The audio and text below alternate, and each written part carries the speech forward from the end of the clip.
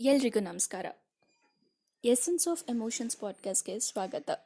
2024ನೆಯ ಮೊದಲನೇ ಪಾಡ್ಕಾಸ್ಟ್ ನಿಮ್ಮ ಮುಂದೆ. ಈ ಪಾಡ್ಕಾಸ್ಟ್ನ ಟಾಪಿಕ್ ಅಮ್ಮನ ಮನೆ.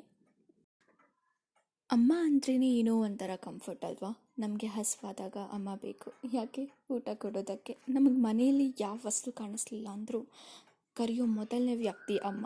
ಬಿದ್ದಾಗ, ಬೆಳಗ್ಗೆ ಎದ್ದಾಗ ಯಾವಾಗಲೂ ಅಮ್ಮ ಅಮ್ಮ. ನಾವೆಲ್ಲ ಎಷ್ಟೇ ದೊಡ್ಡವರಾದರೂ ನಮಗೆ ಹುಷಾರಿಲ್ಲ ಅಂದಾಗ ಏನೂ ಬೇಡ, ಅಮ್ಮ ಪಕ್ಕ ಇದ್ದರೆ ಸಾಕು ಅನಿಸತ್ತೆ ಅಲ್ವಾ. ಆದರೆ ನಾವು ಅವ್ರನ್ನ ಎಷ್ಟು ಅರ್ಥ ಮಾಡ್ಕೊಂಡಿದ್ದೀವಿ? ಒಂದು ಕತೆ ಹೇಳ್ತೀನಿ ಕೇಳಿ. ಒಂದು ಹಳ್ಳಿಯಲ್ಲಿ ಕೆಂಪವ್ವ ಅನ್ನೋ ತಾಯಿ. ಅವಳಿಗೆ 2 ಮಕ್ಕಳು, ಒಂದು ಗಂಡು ಒಂದು ಹೆಣ್ಣು. ಕೆಂಪವ್ವ ದಿನ ಗದ್ದೆ ಕೆಲಸ ಮಾಡಿ ಮಕ್ಕಳನ್ನು ಚೆನ್ನಾಗಿ ಓದಿಸ್ಬೇಕು ಅಂತ ಕಷ್ಟಪಡ್ತಿದ್ಲು. ಅದಕ್ಕೆ ತಕ್ಕ ಹಾಗೆ 2 ಚೆನ್ನಾಗಿ ಓದ್ತಿದ್ರು. ಅವರ ತಾಯಿ ಕಷ್ಟ ಕಣ್ಣಾರೆ ಕಂಡ ಮಗ ಯಾವಾಗಲೂ ಅವಳಿಗೆ, ಅಮ್ಮ ನಾನು ದೊಡ್ಡ ಕೆಲಸಕ್ಕೆ ಹೋದ್ಮೇಲೆ ದೊಡ್ಡ ಮನೆ ಸಿಟಿಯಲ್ಲಿ ಕಟ್ಟಿಸ್ತೀನಿ, ಆ ಮನೆಗೆ ನೀನೇ ರಾಣಿ, ನೀನು ಯಾವ ಕೆಲಸ ಮಾಡದೆ ಆರಾಮಾಗಿರು ಅಂತ ಹೇಳ್ತಿದ್ದ. ಮಗಳು, ಅಮ್ಮ ನಿನಗೆ ಬೇಕಾದ ಹೊಸ ಸೀರೆ ಒಡವೆ ನಾನು ಮಾಡಿಸ್ಕೊಡ್ತೀನಿ ಅಂತ ಹೇಳ್ತಿದ್ಲು. ಮಕ್ಕಳು ಮಾತು ಕೇಳಿ ಕೆಂಪವನ ಕಣ್ತುಂಬಿ ಬಂದಿತ್ತು.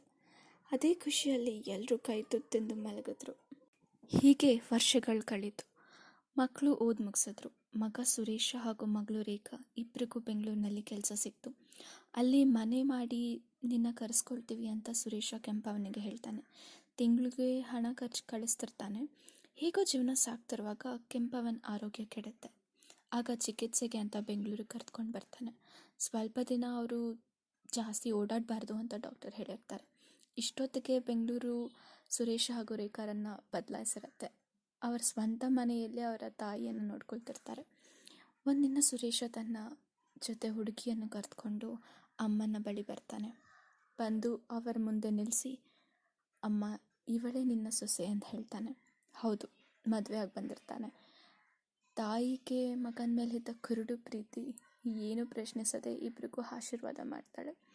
ರೇಖಾ ತನ್ನ ಕೆಲಸ, ಸ್ನೇಹಿತರು, ಸಿನಿಮಾ ಅಂತ ಮನೆಯಲ್ಲಿ ಜಾಸ್ತಿ ಇರ್ತಾನೆ ಇರಲಿಲ್ಲ. ಸುರೇಶ ಹಾಗೂ ಹೆಂಡತಿ ಇಬ್ಬರು ಕೆಲಸ ಮಾಡ್ತಿದ್ರಿಂದ ಮನೆ ಕೆಲಸ ಎಲ್ಲ ಕೆಂಪವನ್ನೇ ಮಾಡ್ತಿದ್ರು. ಆದರೂ ಸೊಸೆ ಅವಳನ್ನ ಕೊಂಕು ಮಾತಿನಿಂದ ನೋಯಿಸ್ತಿದ್ಲು. ನಮ್ಮ ಮನೇಲಿ ನಾನು ಹೇಗೆ ತಿಂದು ಬೆಳೆದಿದ್ದೆ, ಈ ಮನೆ ರುಚಿನೇ ಅಲ್ಲ ಅಂತ ಹೇಳ್ತಿದ್ಲು. ತನ್ನ ಆರೋಗ್ಯ ಸರಿ ಇಲ್ದಿದ್ರೂ ಹೇಗೋ ಮಾಡ್ತಿದ್ದಾಳೆ ಅನ್ನೋ ಕನಿಕರ ಸಹ ಇರಲಿಲ್ಲ. ಕಂತೆಗೆ ತಕ್ಕ ಬೊಂತೆಯಂತೆ ಹೆಂಡತಿ ಮುಂದೆ ತಾಯಿ ಪರ ಮಾತನಾಡ್ದ ಮಹಾಪುರುಷ, ಅಮ್ಮ ನಿನಗೆ ಅಡುಗೆ ಕಡೆ ಸ್ವಲ್ಪ ಗಮನ ಇರಲಿ, ಅವಳಿಗೆ ಏನಿಷ್ಟನೋ ಅದನ್ನೇ ಕೇಳಿ ಮಾಡಿ ಹಾಕು ಅಂತ ಉಪದೇಶ ಬೇರೆ ಕೊಡ್ತಿದ್ದ. ಅತ್ತ ಮಗಳು ದುಡ್ದಿದ್ದೆಲ್ಲ ಬಟ್ಟೆ, ಮೇಕಪ್, ಸಿನಿಮಾ ಅಂತ ಖರ್ಚು ಮಾಡ್ತಿದ್ಲು. ಇದನ್ನು ಕಂಡ ಕೆಂಪವ್ವ, ನೀನು ಮದುವೆಗೂ ಸ್ವಲ್ಪ ಹಣ ಕೂಡಿಟ್ಕೋ ಅಂತ ಬುದ್ಧಿ ಮಾತು ಹೇಳ್ತಾಳೆ. ಆದರೆ ಅದನ್ನು ನಿರ್ಲಕ್ಷಿಸಿದ ಮಗಳು ಬೇಕಾಬಿಟ್ಟು ಖರ್ಚು ಮಾಡ್ತಿರ್ತಾಳೆ.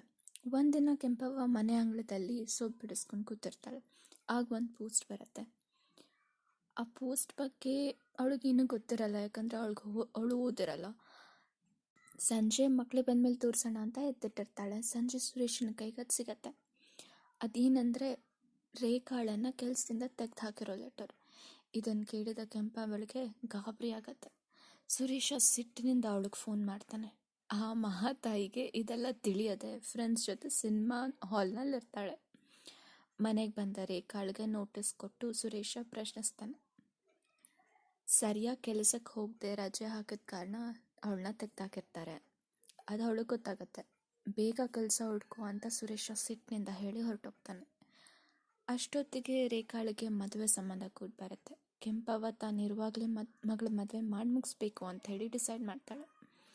ಆದರೆ ಸುರೇಶನ ಹೆಂಡತಿ, ನಾವು ಕಷ್ಟಪಟ್ಟಿದ್ದು ದುಡ್ದಿದ್ನೆಲ್ಲ ಇವಳ ಮದುವೆಗೆ ಯಾಕೆ ಸುರಿಬೇಕು ಅಂತ ಹೇಳ್ತಾಳೆ. ಇದನ್ನು ಕೇಳಿದ ಕೆಂಪವ್ವ ಊರಲ್ಲಿದ್ದ ಮನೆ, ಗದ್ದೆ ಮಾರಿ ಮದುವೆಗೆ ಸಿದ್ಧ ಮಾಡ್ಕೊಳ್ತಾಳೆ.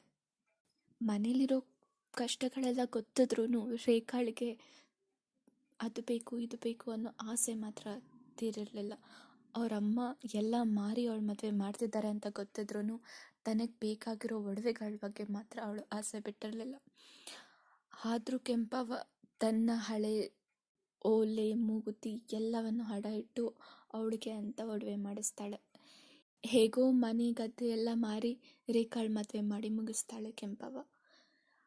ಈಗ ಮನೇಲಿ 3 ಜನ ಇರೋದು. ಸುರೇಶನ ಹೆಂಡತಿ ಹಾಗೂ ಕೆಂಪವ್ವ. ಈಗ ಕೂಡ ಅವರಿಬ್ಬರು ಚೆನ್ನಾಗಿ ದುಡಿತಿದ್ರು, ಕೆಂಪವನೇ ಎಲ್ಲ ಕೆಲಸ ಮಾಡಬೇಕು. ಅವಳ ಆರೋಗ್ಯ ಕೂಡ ದಿನೇ ದಿನೇ ಹಾಳಾಗ್ತಿದೆ. ಇದನ್ನು ಗಮನಿಸದೇ ಇರುವ ತನ್ನ ಮಹಾಪುತ್ರ ಅದು ಮಾಡು ಇದು ಮಾಡು ಅಂತ ಈಗಲೂ ಆರ್ಡ್ರ್ ಮಾಡ್ತಿರ್ತಾನೆ. ಸೊಸೆಗಂತೂ ಅತ್ತೆ ಮೇಲೆ ಸ್ವಲ್ಪನೂ ಕಾಳಜಿ ಇರೋದಿಲ್ಲ. ಒಂದಿನ ಹೀಗೆ ಯೋಚನೆ ಮಾಡ್ತಾ ಕೂತಿರುವಾಗ ಕೆಂಪವ್ವ ತನ್ನ ಮಕ್ಕಳು ಚಿಕ್ಕವರಿದ್ದಾಗ ಹೇಳಿದ ಮಾತೆಲ್ಲ ನನಗೆ ಬರುತ್ತೆ. ಸುರೇಶ ಹೇಳಿರ್ತಾನೆ, ಅಮ್ಮ ನಾನು ನಿನಗೆ ದೊಡ್ಡ ಮನೆ ಕಟ್ಟಿಸ್ತೀನಿ, ನೀನು ಆರಾಮಾಗಿ ರಾಣಿ ಥರ ಇರ್ಬೋದು ಅಂತ. ಅದನ್ನೆಲ್ಲ ನೆನೆಸ್ಕೊಂಡು ಅವಳ ಕಣ್ಣಲ್ಲಿ ನೀರು ಬರುತ್ತೆ. ಹಾಗೆ ರೇಖಾ ಹೇಳಿರ್ತಾಳೆ, ನಿನಗೆ ಸೀರೆ ಒಡವೆ ಎಲ್ಲ ಮಾಡಿಸ್ಕೊಡ್ತೀನಿ ಅಂತ. ಆದರೆ ಕೆಂಪವ್ವನ ಒಡವೆಗಳನ್ನ ಹಡ ಇಟ್ಟು ಅವಳ ಮದುವೆಗೆ ಅದೆಲ್ಲ ಮಾಡಿಸ್ಕೊಡ್ಬೇಕಾಗಿರೋ ಪರಿಸ್ಥಿತಿ ಬಂದಿತ್ತು. ಇದನ್ನು ನೆನೆಸ್ಕೊಂಡು ಮಲಗ್ತಾಳೆ. ಬೆಳಗ್ಗೆ ಎದ್ದು ಸುರೇಶನ ಹೆಂಡತಿ ಜೋರಾಗಿ ಮಾತಾಡ್ತಿರೋದು ಕೇಳಿಸತ್ತೆ. ಯಾರ ಜೊತೆನೋ ಮಾತಾಡ್ತಿದ್ದಾಳಲ್ಲ ಅಂತ ಸುರೇಶ ಹೋಗಿ ನೋಡ್ತಾನೆ. ಯಾರ ಜೊತೆ ಫೋನಲ್ಲಿ ಅಷ್ಟೊಂದು ಜೋರಾಗಿ ಮಾತಾಡ್ತಿದ್ಯಾ ಅಂತ. ಅದಕ್ಕೆ ಅವಳು ಹೇಳ್ತಾಳೆ, ನೀವು ಅಪ್ಪ ಆಗ್ತಿದ್ದೀರಾ ಅಂತ. ಆ ಖುಷಿ ತಡಲಾರ್ದೆ ಅವ್ರ ಅಮ್ಮನಿಗೆ ಹೇಳಲೇಬೇಕು ಅಂತ ಸುರೇಶ ಹೋಗ್ತಾನೆ. ಇಷ್ಟೊತ್ತಾದರೂ ಅಮ್ಮ ಯಾಕೆ ಎದ್ದಿಲ್ಲ ಅಂತ ನೋಡ್ತಾನೆ. ಆದರೆ ಅವರಮ್ಮ ಹೇಳೋ ಪರಿಸ್ಥಿತಿಯಲ್ಲಿ ಇರೋದಿಲ್ಲ, ಯಾಕಂದರೆ ಅವ್ರ ಅಮ್ಮನ ಪ್ರಾಣ ಹೋಗಿರತ್ತೆ. ಆದರೆ ಅಲ್ಲಿ ಪಕ್ಕದಲ್ಲಿ ಒಂದು ಕಾಗದ ಕೂಡ ಇರುತ್ತೆ. ಅದನ್ನು ಅವನು ತೆಗೆದು ಹೊತ್ತಾನೆ. ಮಗನೇ, ನಿನಗೋಸ್ಕರ ನಾನು ಏನು ಮಾಡಿದ್ದೀನೋ ಅಲ್ವೋ ಗೊತ್ತಿಲ್ಲ, ಆದರೆ ನಿಮ್ಮಿಬ್ಬರಿಗೆ ವಿದ್ಯಾಭ್ಯಾಸ ಕೊಟ್ಟು ನೀವಿಬ್ಬರು ನಿಮ್ಮ ಕಾಲ ಮೇಲೆ ನಿಂತ್ಕೊಳ್ಳೋ ಅಷ್ಟು ಓದಿಸಿದ್ದೀನಿ. ಅದಕ್ಕೆ ನಾನು ಚಿರಋಣಿ.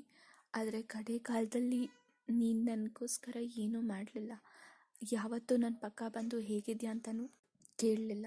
ನನಗೆ ಬೇಕಾಗಿದ್ದಿಷ್ಟೇ, ನೀವಿಬ್ಬರು ಮುಂಚೆ ಹೇಗೆ ಮಾತಾಡ್ತಿದ್ರೋ ಹಾಗೆ ನನ್ನ ಹತ್ರ ಸ್ವಲ್ಪ ಸಮಯ ಕೊಟ್ಟು ಮಾತಾಡ್ಸಿದ್ದಿದ್ರೆ ಎಷ್ಟು ಖುಷಿಯಿಂದ ಜೀವ ಬಿಡ್ತಿದ್ದೆ. ಆದರೆ ಪರವಾಗಿಲ್ಲ, ನೀವು ನನ್ನ ಮಕ್ಕಳು, ನಿಮ್ಮನ್ನು ಕ್ಷಮಿಸ್ತೀನಿ.